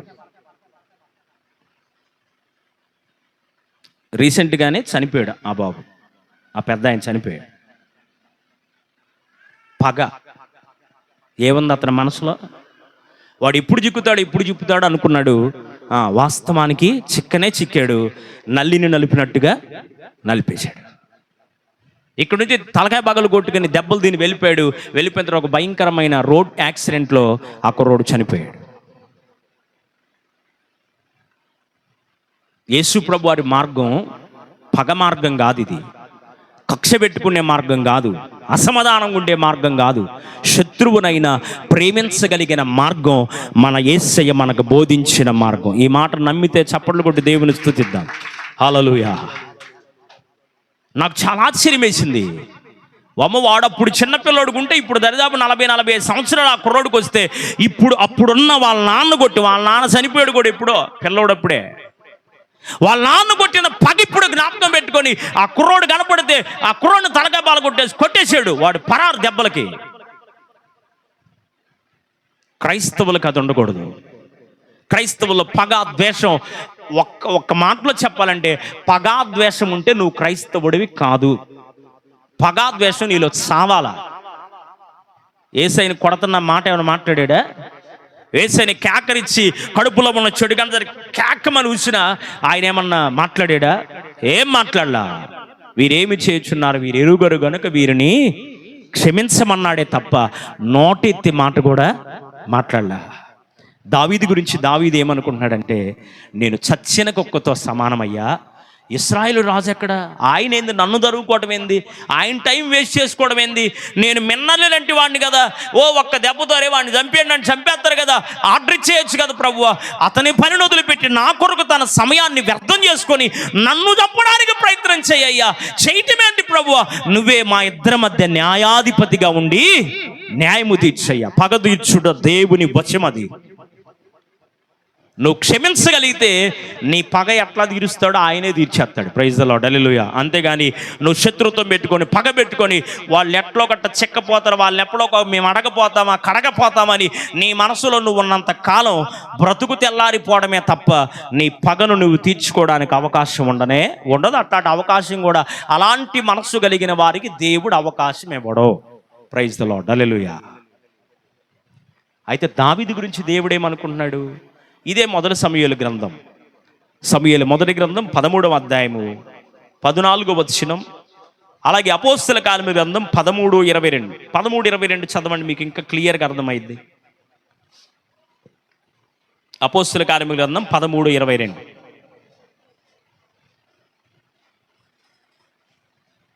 నేను యెష్షై కుమారుడైన దావీదును కనుగొంటుని, అతడు నా ఉద్దేశములన్నీ నా ఇష్టానుసారుడే మనుషుడు, అతడు నా ఉద్దేశములన్నీ నెరవేర్చువాడు అని చెప్పాడు. ఇక్కడ కూడా మొదటి సమూయేలు గ్రంథం 13:14లో కూడా నా చిత్తానుసారమైన మనస్సు కలిగిన వాడు అని చెప్తున్నాడు దేవుడు. అబ్బా, ఎంత గొప్ప మాట అండి. దావీదేమో నేను చచ్చిన కుక్క వంటి వాడినయ్యా, మిల్నల్లి వంటి వాడినయ్యా అని దావీదు మాట్లాడుతుంటే దేవుడు అంటున్నాడు, నువ్వు నా చిత్తానుసారమైన మనస్సు కలిగిన వాడివి, నా ఇష్టమైన కుమారుడు అయ్యా, నా ఇష్టం వచ్చినట్టుగా నీవు జీవిస్తున్నావు, నా ఆలోచన నీ పట్ల సఫలం చేస్తానని మరి ప్రభు దావీదు గురించి మాట్లాడుతున్నాడు. నీ గురించి నీవేమనుకుంటున్నావు ఇంపార్టెంట్ కాదు, నిన్ను గురించి దేవుడు ఏమనుకుంటున్నాడో ఇంపార్టెంట్. నిన్ను గురించి మనుషులు ఏమనుకుంటున్నారు, ఇంట్లో వాళ్ళు ఏమనుకుంటున్నారు, బయట వాళ్ళు ఏమనుకుంటున్నారు, వాళ్ళనే సూటిపోటి మాటలకు గాయపరచబడి ఇక నా బ్రతికిందని కృంగిపోవాక నిన్ను గురించి దేవుడు అనుకోవాలి, మనుషులు కాదు అనుకోవాల్సింది. నాకు ఇష్టమైన మాట ఇర్మీయా గ్రంథము 27వ అధ్యాయం 5వ వచనం చదవండి ఎవరైనా. ఇర్మీయా గ్రంథం 27వ అధ్యాయము 5వ వచనం 27:5.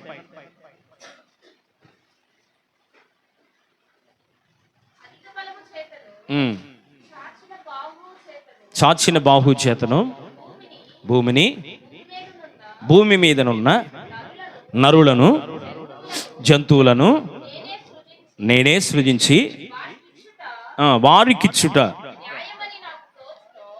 ఎవనికిచ్చుట న్యాయమని నాకు తోచునో వారికే ఇచ్చుచున్నానన్నాడు. అది నీ గురించి దేవుడు ఆలోచించేది. మనుషులు నీకేం చేయలేరు, నాకేం చేయలేరు. నిన్ను గురించి మనుషులు మాట్లాడుకోగలరేమో, వ్యర్థంగా బలహీనపరచగలరేమో, వ్యర్థంగా నిన్ను గురించి ఆలోచన చెప్పగలరేమో, బలహీనమైనటువంటి ఆలోచనలు వ్యర్థపరచగలరేమో, కానీ నిన్ను గురించి నన్ను గురించి అనుకోవాల్సింది, కార్యం చేయాల్సింది, నీకు ఇవ్వాల్సింది ఎవరు అనుకోవాలి? దేవుడు అనుకోవాలి. ఎవరికి చేయడం న్యాయమని నాకు తోచును అంటే ఎవరు కనిపించాలి? దేవుడు కనిపించాలి నీకు ఇవ్వాలని. పరానోళ్ళు నేను దర్శించాలని ప్రభువు కనిపించాలి. ఇప్పుడు ప్రభువు కనిపించాలంటే దావీదు అంటున్నాడు నేను కుక్కలాంటోడిని, మిన్నని లాంటి అంటే దావీదు గురించి దేవుడు ఏమంటున్నాడు? నా ఇష్టానుసారుడైనా మనుషుడు. దేవునికి ఇష్టం వచ్చినట్టు నువ్వు ఉంటే నీకు ఈయడం న్యాయమని ఆయన కనిపిస్తే రెప్పపాటులో చేసేస్తాడు నీ కార్యం. దేవునికి మహిమ కలుగునుగా. హల్లెలూయా. మనుషులు నీకేం చేయలేరు, దేవుడు చేయగలిగిన వాడు కనుక దావీదు అలాగనుకుంటే దేవుడు అలాగనుకున్నాడు. దేవునికి స్తోత్రం చేద్దాం. హల్లెలూయా. మరొక సందర్భాన్ని దేవుని వాక్యంలో మీకు చూపిస్తాను. రండి, దేవుని వాక్యంలో మనం పరిశీలన చేస్తే మొదటి రాజుల గ్రంథం 3వ అధ్యాయము 7వ వాక్యం. మొదటి రాజుల గ్రంథం 3వ అధ్యాయం 7వ వాక్యం. అక్కడ సొలొమోను గురించి మాట్లాడుతూ సొలొమోను దేవునితో మాట్లాడుతుంటాడు, ఇశ్రాయేలు ప్రజలను పరిపాలన చేయడానికి నాకు బుద్ధి చాలదయ్యా అన్నాడు. ఏం చాలదంట? బుద్ధి చాలదు, నాకు జ్ఞానం లేదయ్యా, నాకు వివేకము లేదయ్యా, అంతటి వాణ్ణి నేను కాదయ్యా. ఎందుకంటే నీ స్వాస్థ్యమైన ప్రజలను పరిపాలించాలి అంటే అది దావీదు వల్ల అయింది, మరి సౌలు వల్ల అయింది, కానీ అంతటి వాణ్ణి నేను కాదు ప్రభువా అని ప్రభువు దగ్గర ఆయన అనుకుంటుంటే ప్రభు ఆయన గురించి ఏమన్నాడో చూద్దాం. 12వ వచనం చదవండి. అదే 3వ అధ్యాయం 12వ వాక్యం. నీవు ఎలాగున అడిగినందున నీ మనవిని నేను ఆలకిస్తున్నాను, బుద్ధి వివేకములు కలిగిన హృదయము నీకిచ్చుచున్నాను.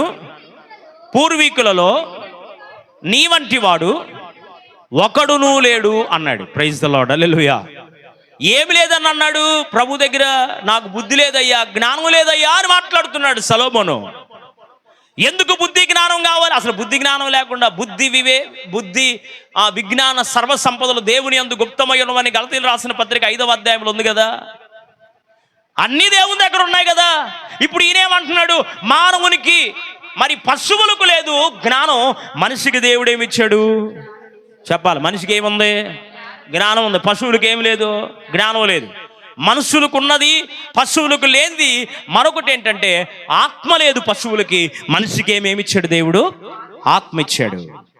ఇంద్రియ నిగ్రహములు కలిగిన ఆత్మను దేవుడు మీకు ఇచ్చుచున్నాడు, కానీ పడిపోయేటువంటి బలహీనమైనటువంటి ఆత్మను నేను మీకు ఇవ్వలేదంటాడు పత్రికల్లో రాస్తూ. కనుక జ్ఞాన హృదయాన్ని దేవుడు నాకు ఇచ్చాడు. జ్ఞానము కలిగిన వారిగా మానవులను దేవుడు ఎన్నుకున్నాడు. మరి ఈయనేంటి నాకు బుద్ధి లేదయ్యా, జ్ఞానం లేదంటాడు అంటే మామూలు జ్ఞానం ఉంది, కానీ ప్రజలను పరిపాలన చేసే అంత జ్ఞానం లేదు. ఎవరిని పరిపాలన చేసే జ్ఞానం? ఇశ్రాయేలు ప్రజలు దేవుని స్వాస్థ్యమైన ప్రజలు కనుక వారిని పరిపాలన చేసేంత జ్ఞానం లేదు కనుక ఈయనేమంటున్నాడు? నాకు జ్ఞానము సరిపోదు ప్రభు అంటుంటే ప్రభు అన్నాడు, నీవు నన్ను అడిగింది నేను ఇస్తాను, కానీ నీ వంటి వాడు పూర్వీకులలోనూ ఇక మీదట కూడా నీ వంటి వాడు ఒక్కడు కూడా లేకుండా చేయబోతున్నాను అన్నాడు. దేవునికి మహిమ కలుగునుగా. హల్లెలూయా. ఎలాంటి హృదయాన్ని ఇచ్చాడంట? బుద్ధి జ్ఞాన వివేకములు కలిగిన హృదయాన్ని నేను నీకు ఇస్తున్నాడు. నాకు ఏది లేదని సొలొమోను అనుకున్నాడో దాన్ని దేవుడిచ్చి సొలొమోను మరి అతడు పరిపాలన చేసిన కాలం హిస్టరీ ఆఫ్ ఇజ్రాయెల్లో, మరి బైబిల్ కాలేజీల్లో మాకు చెప్తారు, హిస్టరీ ఆఫ్ ఇజ్రాయెల్లో సొలొమోను పరిపాలించిన యుగాన్ని స్వర్ణ యుగం అన్నారు. ఏ యుగం అంట? బంగారం లాంటి పరిపాలన ప్రజలకు అందించాడంట, స్వర్ణ యుగం.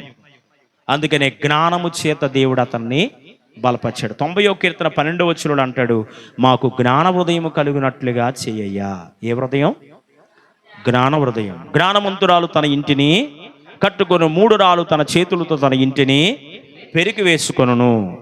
స్త్రీలు బలహీనమైన ఘటములను ఎరిగి, స్త్రీలకే చెప్పాడా పురుషులకి ఏం చెప్పలేదా అన్నట్టు మనం అనుకోవడానికి వీల్లేదు. ఎవరిదాళ్ళకి ఎవరికి ఎట్ట చెప్పాలో చెబుతాడు, చెప్పడా? జ్ఞానులతో ఎట్ట చెప్పాలో అట్ట చెప్పాడు, చదువు లేని వాళ్ళతో ఎట్ట చెప్పాలో అట చెప్పాడు, మధ్య వయస్కులకు ఎట్ట చెప్పాలో అట చెప్పాడు, పిల్లలకి, యవనస్తులకు, వృద్ధులకు ఎవరికి ఎట్ట చెప్పాలో అట్ట చెప్పేశాడు దేవుడు ముందే. దేవునికి మహిమ కలుగును గాక. అందుకని పురుషులమైన మాతో కూడా ప్రభు ఏం చెప్పాడంటే, స్త్రీలు బలహీనమైన ఘటములను ఎరిగి, అంటే తెలుసుకోండి వాళ్ళు బలహీనలో, బలవంతులుగా కనబడతారు పైకి, కానీ ఏదో ఒక బలహీనమైనటువంటి పరిస్థితులు వాళ్ళతో ఉంటాయి కనుక మీరు వారితో కాపురము చేయనప్పుడు, మీరు వారితో సమాధానాన్ని కలిగి ఉన్నప్పుడు, గృహములో నివాసము చేస్తున్నప్పుడు వారితో మీరు ఎలా చేయాలి కాపురం అంటే జ్ఞానము కలిగి కాపురం చేయమన్నాడు. అంటే స్త్రీలకు జ్ఞానం అవసరం, రాజులకు జ్ఞానం అవసరం, పసిపిల్లలకు జ్ఞానం అవసరం, భర్తలకు భార్యలకు కూడా ఏం అవసరం? జ్ఞానం అవసరం. ఎవరు ఈ జ్ఞానం? కొరింథీయులకు రాసిన మొదటి పత్రిక 1వ అధ్యాయము 31వ వచనంలో ఆయన మనకు జ్ఞానమై ఉన్నాడు. అంటే ప్రభువును కలిగి ఉంటే ఏం కలిగి ఉన్నట్టు? ఏం కలిగి ఉన్నట్టంట? జ్ఞానం కలిగి ఉన్నట్టు. ఇప్పుడు ప్రభువును మనం సొంత రక్షణగా అంగీకరించాం కనుక మనం అజ్ఞానులమా జ్ఞానులమా? జ్ఞానం కలిగిన వాళ్ళమే. ఇప్పుడు మరి సొలొమోనేమో నేను జ్ఞానము లేని వాడిని అన్నాడు. ప్రభు అన్నాడు జ్ఞానాన్ని నీకు ఇస్తున్నాడు. ఈ జ్ఞానం ఎవరంటే యేసు ప్రభు వారే జ్ఞానం. కొద్ది గట్టిగా చెప్పట్లో దేవునికి మహిమ కలుగును గాక. హల్లెలూయా. జ్ఞానము లేని మన జీవితాల్లో జ్ఞానాన్ని కలుగు చేయడానికి జ్ఞానమై ఉన్న దేవుడు మన లోపలికి వచ్చాడు. దేవునికి మహిమ కలుగును గాక. హల్లెలూయా. మరొక సందర్భాన్ని మనం చూస్తే లూకాసు సువార్తలో 18వ అధ్యాయంలో 13వ వచనాన్ని మనం చదివితే సుంకరి పరిసయ్యుడు ఇద్దరు ప్రార్థన చేయడానికి వెళ్ళారు. ప్రభు దగ్గర వెళ్ళారా? మందిరం దగ్గరికి వెళ్ళి పరిసయ్యుడు ప్రార్థన చేస్తున్నాడు. నేను 10 ఆజ్ఞలు పాటిస్తున్నాను, ఉపవాసం ఉంటున్నాను, పేదలకు అది చేస్తున్నాను, ఇది చేస్తున్నానని మొత్తం చదివి వదిలిపెట్టాడు ప్రభు దగ్గర. ఎన్నాడు ప్రార్థన, సమాధానం ఇవ్వలా. దూరముగా నిలబడ్డాడంటే ఇంకొక ఆయన. ఎక్కడ?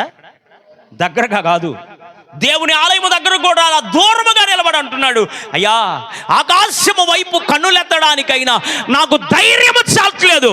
నేను ఎవరినంటే పాపినయ్యా, నేను పాపిని అని ప్రభువు పాసన్నిధిలో సుంకరి ప్రార్థన చేస్తున్నాడు. సుంకరి ఏం చేస్తున్నాడు? ప్రార్థన. సుంకరేమో నేను పాపాత్ముడు అనుకుంటే దేవుడు అతని గురించి ఏమన్నాడు చూద్దామా? దేవుని వాక్యంలో లూకాసు వార్త 18వ అధ్యాయం 14వ వచనం. అతని కంటే ఇతడు నీతిమంతుడు అని చెప్తున్నాడు. అబ్బా, ఆయనేమో నేను పాపాత్ముడయ్యా, పాపిని అనుకుంటున్నాడు. తన హృదయ పరిస్థితిని ప్రభు దగ్గర ఒప్పుకుంటుంటే సుంకరుడి గురించి ప్రభు ఏమన్నాడంటే నీవు పాపివి కాదిక, నీవెవరవంట? పరిశుద్ధుడివయ్యా, నీతిమంతుడివయ్యా, నీవు నా రక్తములో కడగబడ్డావు, విమోచించబడ్డావు, నీవు నీతిమంతుడివి అని ప్రభువు చెప్తున్నాడు. చివరి సందర్భాన్ని మీకు జ్ఞాపకం చేయడానికి ఆశిస్తున్నాను. లూకాసు వార్త 3వ అధ్యాయం 16వ వచనం. లూకాసు వార్త 3వ అధ్యాయము 16వ వచనం. యోహాను ప్రభు గురించి మాట్లాడుతూ అంటాడు అక్కడ, ఆయన చెప్పుల వారును విప్పడానికైనా నేను యోగ్యుడను పాత్రుడను కాను. తనను తాను తగ్గించుకుంటూ ప్రభు యొక్క అరణ్యములో వినబడుతున్న గొప్ప శబ్దముగా, కేకగా. ఓ దైవజనుడు 2 రోజుల క్రితమేమో నాతో మాట్లాడుతూ మాటల సందర్భంలో మేమిద్దరం మాట్లాడుకుంటా ఉంటే ఆ దైవజనుడు మంచి మనస్సాక్షి కలిగిన వాడు నాతో చెప్తూ ఏమన్నాడంటే, మనము ప్రజలకు కనబడక్కర్లేదన్నా, ప్రజలకు మనం వినబడితే చాలన్నాడు. ఏమంట? ప్రజలకు మనం కనపడక్కర్లేదన్నా, మనం వినబడితే చాలన్నాడు. అంటే దాని యొక్క ఉద్దేశం ఏంటంటే ప్రభు మరి మనం గణపరచుకోవాల్సిన అవసరం లేదు, మన ద్వారా ప్రభు సువార్త ప్రకటిస్తే చాలు. Praise the lord. హల్లెలూయా. కనబడడం ముఖ్యం కాదు, వినబడడమే ముఖ్యం. యోహాను గురించి దేవుని వాక్యములో ఉంది, అరణ్యములో వినబడుతున్న ఓ గొప్ప శబ్దము అని పేరుంది ఆయనకి. దేని గురించి ప్రకటన చేస్తున్నాడు? ఏమా దేని గురించి? పరలోక రాజ్యాన్ని గురించి. దేవుని రాజ్యము సమీపించింది కనుక, పరలోక రాజ్యము సమీపించింది కనుక మారు మనసు పొందండి, పశ్చాత్తాపడండి, నమ్మండి, బాప్తిసం పొందండి అని అరణ్యములో వినబడుతున్న ఓ గొప్ప శబ్దముగా. యేసు ప్రభు వారి కంటే 6 నెలలు పెద్దోడు. ఎన్ని నెలలు? 6 నెలలు పెద్దవాడు. యేసు ప్రభు వారి కన్నా 6 నెలలు ముందు భూమి మీదకి వచ్చినవాడు. ఆయన ప్రభువు కనపడంగానే ఎలిజబెత్ కన్య అయినటువంటి మరియా, ఆమె వాళ్ళిద్దరూ ఎదురుపడ్డారు. 2 గర్భవతులు, సమీప బంధువులు. వాళ్ళు ఎదురుపడంగానే ఎలిజబెత్ గర్భములో ఉన్నటువంటి యోహాను గారు గంతులేశాడంట. ఎందుకు వేశాడు గంతులు? ఆహా, నా ప్రభువుని నేను చూడలేకపోయినా నా ప్రభువును మోస్తున్న ఆ తల్లిని నేను చూడగలిగానే. దేవునికి మహిమ కలుగును గాక. ఎంత సంతోషం వేసిందో యోహాను గారికి. దైవజనుడి కుమారుడు, ప్రవక్త యొక్క కుమారుడు, మద్యమైనను ద్రాక్షరసమైనను ఇవ్వక బలమైనటువంటి పరిస్థితుల్లో దేవుని యొక్క సువార్తను ప్రకటించడానికి మార్గాన్ని సరళము చేసిన వాడు యోహాను. ఆ ప్రభువుని చూసి ఏమంటున్నాడంటే, ఆయన చెప్పులు వారును విప్పడానికి కూడా నేను పాత్రుని కాదు అంటుంటే ప్రభు ఆయన గురించి ఏం మాట్లాడాడో చూద్దాం రండి. దేవుని వాక్యంలో మత్తయి సువార్త 11వ అధ్యాయం 11వ వచనం, మరొకరు లూకాసు వార్త 1వ అధ్యాయం 14వ వచనం చదవండి. ఒకళ్ళు 11 మత్తయి, లూకాసు వార్త 1వ అధ్యాయం 14వ వచనం. స్త్రీలు కనిన వారిలో బాప్తీసమిచ్చి యోహాను గొప్పవాడు అనుంది వాక్యంలో. ఇక్కడేమనుంది అంటే లూకాసు వార్త 1వ అధ్యాయం 14వ వచనంలో ప్రభువు దృష్టిలో గొప్పవాడు అని ఉంది. మత్తయిలోనేమో ప్రభు ఏం సాక్ష్యం చెప్తున్నాడు? స్త్రీలు కనిన వారిలో బాప్తిసమిచ్చి యోహాను గొప్పవాడు అని చెప్పాడు. లూకాసు వార్త 1వ అధ్యాయంలో ఏం మాట్లాడుతున్నాడు? ప్రభువు దృష్టిలో గొప్పవాడంట. ఆయన ఏమనుకుంటున్నాడు? చెప్పలేమనుకుంటున్నాడు? నేను ప్రభువు కాళ్ళు పట్టుకోవడానికి కానీ ఆయన చెప్పులు విప్పడానికి నేను అర్హుడు కాదని యోహాను గారు అనుకుంటుంటే ఈయనేమంటున్నాడంటే నీవెవరు అంటే నా దృష్టిలో గొప్పోడివి. ప్రైజ్ ది లార్డ్, హల్లెలూయా. మోషే గురించి బలహీనంగా అనుకున్నాడు, అబ్రహాం గురించి బలహీనంగా అనుకున్నాడు, దావీదు గురించి బలహీనంగా అనుకున్నాడు, యాకోబు బలహీనంగా అనుకున్నాడు, సలోమోను బలహీనంగా అనుకున్నాడు, యోబు గారు బలహీనంగా అనుకున్నాడు. మరి సుంకరి బలహీనంగా మాట్లాడుకుంటూ వచ్చాడు. యోహాను గారు కూడా బలహీనంగా మాట్లాడుకున్నాడు. వారిని గురించి వాళ్ళు మేము ఇలాంటి పరిస్థితుల్లో ఉన్నామంటే ప్రభు వాళ్ళని గణపరుస్తూ సాక్ష్యమిస్తూ మాట్లాడాడు. ప్రైజ్ ది లార్డ్, హల్లెలూయా. నా మాటలు నేను ముగించబోతూ చెప్తున్న మాట ఏంటంటే నిన్ను గురించి నీవేమనుకుంటున్నావు ప్రభువుకు అనవసరం. నిన్ను గురించి దేవుడు ఏమనుకుంటున్నాడో తెలుసుకోవడానికి ప్రయత్నం చేయి. అందుకని మూలవాక్యంలో ఉంది, నిన్ను గురించి నేను ఉద్దేశించిన సంగతులు నేను ఎరుగుదును. నిన్ను గురించి ఆలోచించే సంగతి ఆ విషయం ఏంటో నాకు తెలుసు అంటున్నాడు. కనుక ప్రభు పాసనదులో తల్లవంచండి, కళ్ళు మూసుకుందాం. నిన్ను గురించి నీవేమనుకుంటున్నావో ఈరోజు విడిచిపెట్టి దాన్ని. మోషే అనుకున్నాడు నోటి మాంద్యం గలవాడిని. అందరూ మోకరించాలి. మోకరించి ఒక్క నిమిషం ప్రార్థన చేయండి ప్రభు దగ్గర. ఒక్క నిమిషం ప్రార్థన చేద్దాం ప్రభు దగ్గర. నన్ను గురించి నేను అనుకునేది ఇంపార్టెంట్ వద్దు నాయన. నన్ను గురించి నీవేమనుకుంటున్నావు? భక్తుల జీవితాలను మా ఎదుట పెట్టి మాట్లాడేవారు ప్రభువా. మోషే గురించి నీవేమనుకున్నావో, అబ్రహాము గురించి నీవేమనుకున్నావో, యాకోబు గురించి నీవేమనుకున్నావో, యోబు గురించి నీవేమనుకున్నావో, దావీదు గురించి నీవేమనుకున్నావో, సలోమోను గురించి నీవేమనుకున్నావో, సుంకరి గురించి, బాప్తిసమిచ్చి యోహాను గురించి నీవేమనుకున్నావో మేము విన్నాము నాయన. మమ్మల్ని గురించి మేము అనుకునే దానికన్నా మమ్మల్ని గురించి నీవనుకునే ఆలోచనను స్థిరపరిచయ్యా. స్థిరపరిచేవాడు కదయ్యా, బలపరిచేవాడు కదా నాయన. నన్ను గురించి నేను ఆలోచిస్తే నా ఉద్దేశం నెరవేర్చబడకపోవచ్చేమో, కానీ నన్ను గురించి నీవు ఆలోచిస్తే నా ఉద్దేశాలు నెరవేర్చబడతాయి. ప్రభువా సహాయం చేయ, సహాయం చేయ. యెషయా ప్రవచన గ్రంథం 53వ అధ్యాయం 10వ వచనంలో ఉంది, యెహోవా ఉద్దేశం అతని వలన సఫలమగును. నీ ఉద్దేశం సఫలపరచబడ్డానికి ఏకైక కుమారుడైన తన ప్రియమైన కుమారుడైన యేసుక్రీస్తు ప్రభువారిని ఈ లోకానికి పంపించాడు. 33.5 సంవత్సరాలు ఈ లోకంలో యేసు ప్రభువారు జీవించి ఒకటి తక్కువ 40 కొరడా దెబ్బలు నీ కొరకు నా కొరకు అనుభవించి నలగగొట్టబడ్డాడు, గాయపరచబడ్డాడు, పిడిగుద్దులు గుద్దబడ్డాడు. భయంకరమైనటువంటి శ్రమను, మరణ రోదన, శ్రమ కలిగిన జీవితాన్ని యేసు ప్రభువారు అనుభవించి ఆయన ఉద్దేశం, నీ పట్ల దేవునికి ఉన్న ఉద్దేశం నీ జీవితంలో నా జీవితంలో నెరవేర్చబడ్డానికి కొరకై ప్రభు తన ప్రాణాన్నే త్యాగము చేశాడు. నీ ఉద్దేశాన్ని ఆయన పట్ల, నీ పట్ల దేవునికి ఉన్న ఉద్దేశం సఫలపరచబడ్డానికి ఆయన ప్రాణాన్ని త్యాగం చేశాడు. ఇంకా ఒకవేళ ప్రభువుకు దూరంగా ఉన్నామేమో, ఇంకా ఒకవేళ ప్రభువుని అంగీకరించలేని స్థితిలో ఉన్నామేమో, నా ఉద్దేశం కాదయ్యా, నీ ఉద్దేశంలో నన్ను నడిపించు ప్రభువా, నీ చిత్తానుసారముగా నన్ను నడిపించయ్యని ప్రభు దగ్గర చిన్న ప్రార్థన చేద్దాం. ఇంకా ఎవరైనా ప్రభువుని అంగీకరించకుండా ఉంటే యేసు ప్రభుని నోటితో ఒప్పుకొని హృదయమందు విశ్వసించి పశ్చాత్తాపడి మారు మనస్సు బాప్తీసు అనుభవంలోకి రావాలని ప్రభు నామమును బట్టి దైవజనునిగా బ్రతిమలాడుతూ ఈ మాటను మీకు జ్ఞాపకం చేస్తున్నాను. నేను రక్షించబడ్డాను అంటే నిన్ను గురించి నీవు అనుకుంటూ కృంగిపోతూ బలహీన పడిపోతూ అట్లాగే ఉండిపోతున్నావేమో. లేదు లేదు, ప్రభు నీతోనే మాట్లాడుతున్నాడు. నిన్ను గురించి నీవు ఆలోచించుకోబాక, నన్ను గురించి నీ ఆలోచన ఏంటయ్యా అని అడుగు ప్రభుని. నన్ను గురించి నీ ఉద్దేశం ఏంటయ్యా అని అడుగు ప్రభుని. భక్తుల జీవితాలు మన కళ్ళ ఎదుట ఉంచి వారి గురించి ప్రభు ఏమనుకున్నాడో, వారి జీవితాలు ఎంత గొప్పగా దేవుడు దీవించాడో మాట్లాడుతూ వచ్చాడు. మన జీవితం పట్ల దేవుని ఉద్దేశం, మన జీవితం పట్ల దేవుని ఆలోచన, మన జీవితాల పట్ల దేవుని యొక్క తలంపు నెరవేర్చబడేటట్లుగా ప్రభు పాద సన్నిధిలో చిన్న ప్రార్థన. నీతోనే ఉండుటయే జీవిత వాంఛయ్యా, నీ చిత్తం నెరవేర్చుటే హృదయ తపనయ్యా, నీ చిత్తం నెరవేర్చుటే హృదయ తపనయ్యా.